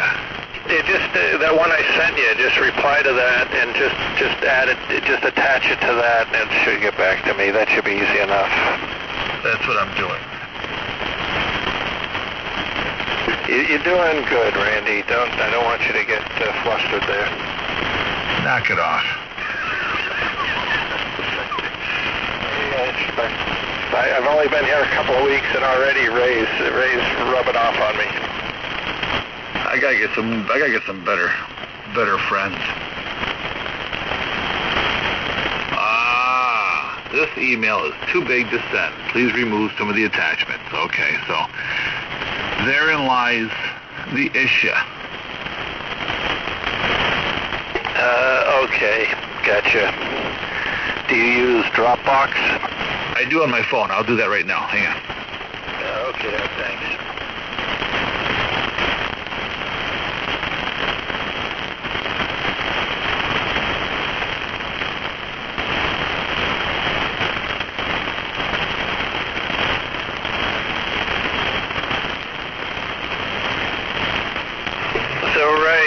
Still here, or are you polishing furniture? No, I'm still here. I'm done all polishing. I polished all day. So, depending on when I get this, I start fading about, and I've been fighting a bug or something. I've been sleeping a lot last 2 days, but I'll do my best to read through it tonight. Yeah, okay. Well, it's no big deal. If you would, I think the first letter was like 8 pages. It's kind of, when you put them all together, it's kind of hard to figure out where it starts and stops. But if you start from one, it's the whole story. It starts in the beginning. In the beginning, there was light, and it goes on for 8 or I don't know, must have been 8 or 10 pages on the first letter I got, and that's the interesting one. That's the one you'll get all the real information. It's 11 pages, and it's on its way out now. In that first one, so, sure. Do you guys get on here in the morning? It's gone. You'll have it. Yeah, and we do. But yeah, that one should have gone out.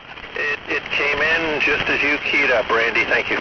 Okay, and it's 11 pages. He said it's 11, so read 11 pages and give me your report.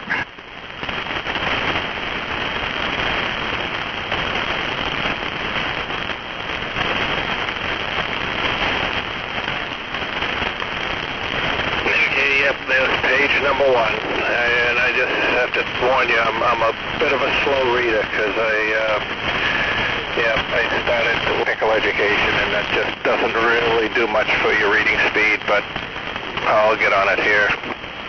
Yeah, I read slow too, because they want to gather all the information. So go ahead. I'm going to take a break and go get a bite to eat or a drink to drink or something, and I'll get back to you in, I don't know, 15 or so. Turn your volume down. Put all your attention into that. You can't listen here and read. Okay, I'll see you in a while or tomorrow morning here, about 8 o'clock or so. N1 DBL. Yeah, I should be here for a while. This is interesting reading, and I'm sure Randy will be around for a bit longer. Okay, well, turn your volume down so you don't get bothered, and I'll come back and check in about 15 minutes. N1 DBL. KHD3, KHB. Good night, Ray. Wow. Now, Bob, turn your volume down, okay? And the rest of us will chat here. Go ahead. Let's see. First Tom and then Bruce. Evening. How you guys doing tonight? Doing good. You're getting later and later, Tom. You're wrecking my life. Go ahead, Bruce. Hi. Just came in about 5 minutes ago. Heard you sending files around. Just checking in, saying hi. Seeing if there's any messages. Great clear night out. If there was something flying around outside, you'd certainly see it tonight. Well, maybe not. They might be in their inviso mode.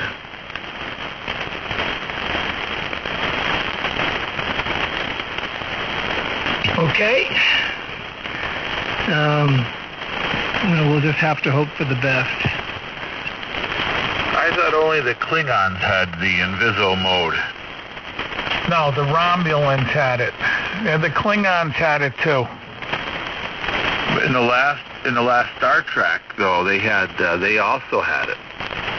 Well, yeah, they had the phasing cloak, which they could go right through solid rock, which is technically should be possible. A cloaking device. That's right. You could cloak your plane and fly around and nobody be able to see you.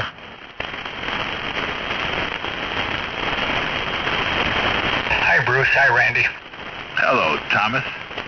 Hey, Tom. What's the weight that plane can carry?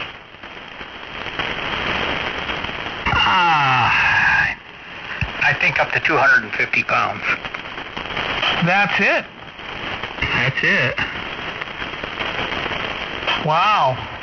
What would a J3 Piper Cub? That was 65 horse. That's got to carry more than 250 pounds. Yeah, it does. But let me think about this. Well, your wings are a little shorter. Yeah, but not that much. Yeah, but, a couple of feet off each end, that's a big difference.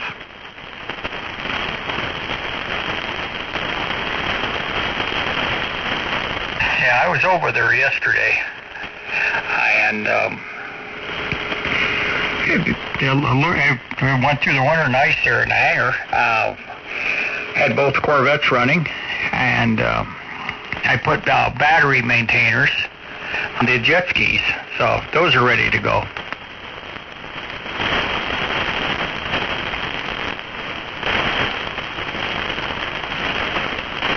I'm telling you, Tom, you got to watch out for the Kennedy curse. Well, I'll tell you, Ray, the way the country's going, there really isn't going to be much left to live for. Well, that's okay. Then you and me and Randy and all our group will get together and we'll just take over. There you go. Boy, that's a recurring theme I've been hearing lately. There ain't much to live for. The country's going to hell. Seems like everybody I talk to who's of the older generation is saying that. But That's craziness, though. I mean, it seems like that. It seems like we've got it. It's really way worse than it is, and maybe there are a lot of bad things. But you know what? Think about it. How has your life changed recently in the last 3 years? Any worse? Yeah, I was just going to say, in all honesty, mine is I'm doing fine, you know. I mean, yeah, I had a few bitches there in the beginning, but the way things are for me now, I'm in pretty good shape. Hey, and by the way, Tom? Yeah, go ahead. I just want to let you know up front, when we take over, I'm going to tell you what my job's going to be. I don't want to be the king. I don't want to be the president. I don't want to be the grand exalted poobah. I want the paddock, the big fenced-in area with the book and the women. And that's what I'm going to control. I'm going to control the doling out of the women with the big book. That works. I was thinking, I want to be Attorney General.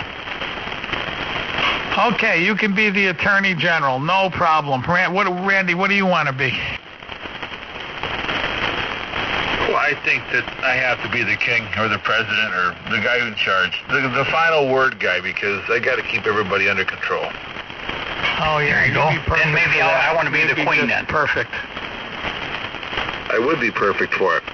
I would be level-headed, easy. What do you call it, Bruce? When you've got a calm hand.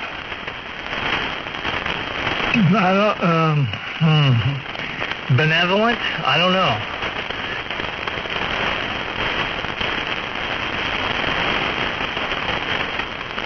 I stay calm under pressure. As long as you haven't had anything to drink. Or I'm talking to you. Either one of those two things may get me a little bit left of center, but I don't drink hardly at all, so I'm pretty okay. Yeah, instead of Attorney General, I want to be the queen. You better watch out. We'll have to put you in with those funny people. Yeah, I heard something here that I'd have to think about it. Oh, here we go again. I got to keep you on your toes.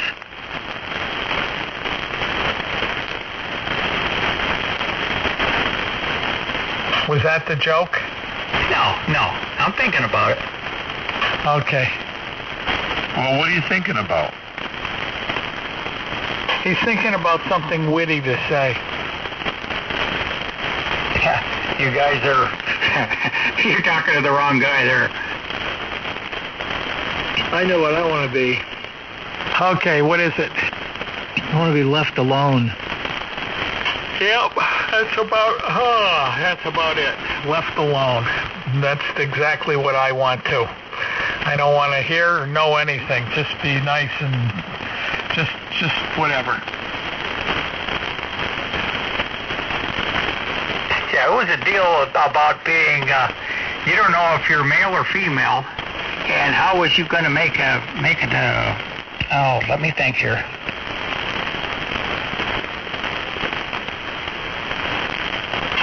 You're way behind the times, Tom. There's like 7 or 10 or 13 different genders now. Yeah, you're right. They don't know if they're a man or a woman or 10 or 15 things in between. Tom, you can be the gender czar. I just got a text message. The gender czar? I just got a text message from Bad Mike. Just got into Syracuse. 16 hours in the air and another 7 hours waiting in airports. Exhausted but happy to be home. Oh, my God. It takes that long to get home? That's incredible, because he was texting me yesterday morning early, our time. So he went through 24, well, more than 24 hours, sure. So just think he'll probably fall asleep driving home, number one. Number two is, now, okay, somebody has to explain something to me. Just exactly how was that a vacation?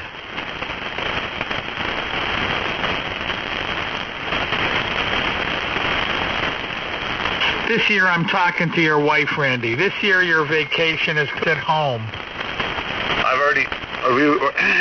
We've already discussed that.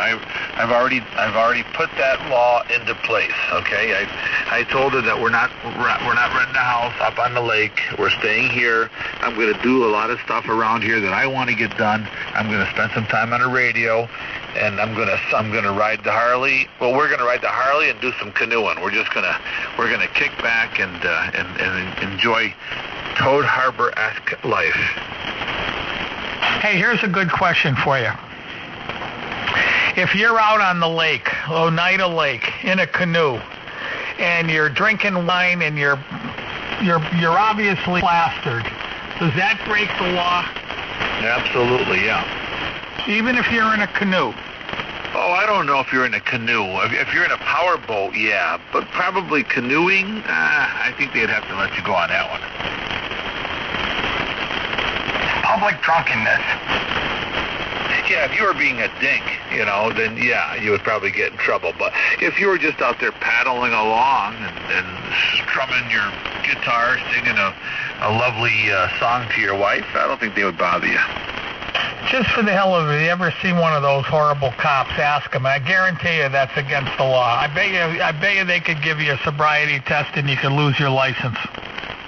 Hey, Bruce. Yeah. If you ever see me strumming a guitar while in a canoe, start videotaping because something weird's going to happen because I must be really drunk. Well, yeah, if you use the guitar as a paddle, then I'll start to wonder. Yeah, I don't strum guitars, but anyway, I don't know, Ray, if they could arrest you for while canoeing. I don't know. But I do have a computer, so I can look it up. I guarantee you that they could arrest you. I guarantee it. I'll tell you, my granddad spent the night in the drunk tank for drunken driving on a bicycle. They was afraid he was going to hurt himself, and they put him in there overnight. I've heard of people getting arrested on bicycles for being drunk. But the important thing is, can they go against your driver's license? That's the important thing. My granddad never had a driver's license. He rode a bicycle back and forth to the railroad to go to work. And he stopped at Rossman's main restaurant for a couple of hookers there before on his way home, and they on the high-level bridge. He pulled him over. He was drunk, and they threw him in the Hooscow. Yeah, they couldn't take away his license because he didn't have one. So it says here, drinking alcohol while tubing or canoeing on a river. The drinking in public part will depend on the laws of in the jurisdiction in question. Even within the same state, they can vary from county to county, and even lake to lake or river to river. And even if your city or county ordinances say one thing, if you are in a state park or a federal park, and it goes on to that and says, yeah, there you can be in trouble. But on this lake out here, it would depend on the county that we live in.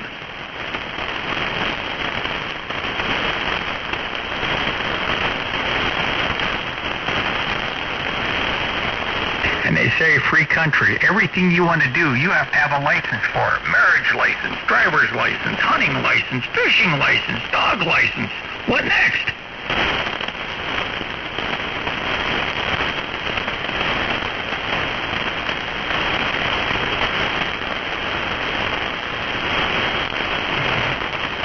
Yeah, I know, it's madness. It's not a free country anymore. It's a regulated country. Enjoy our hobby, we even have to have a license for this.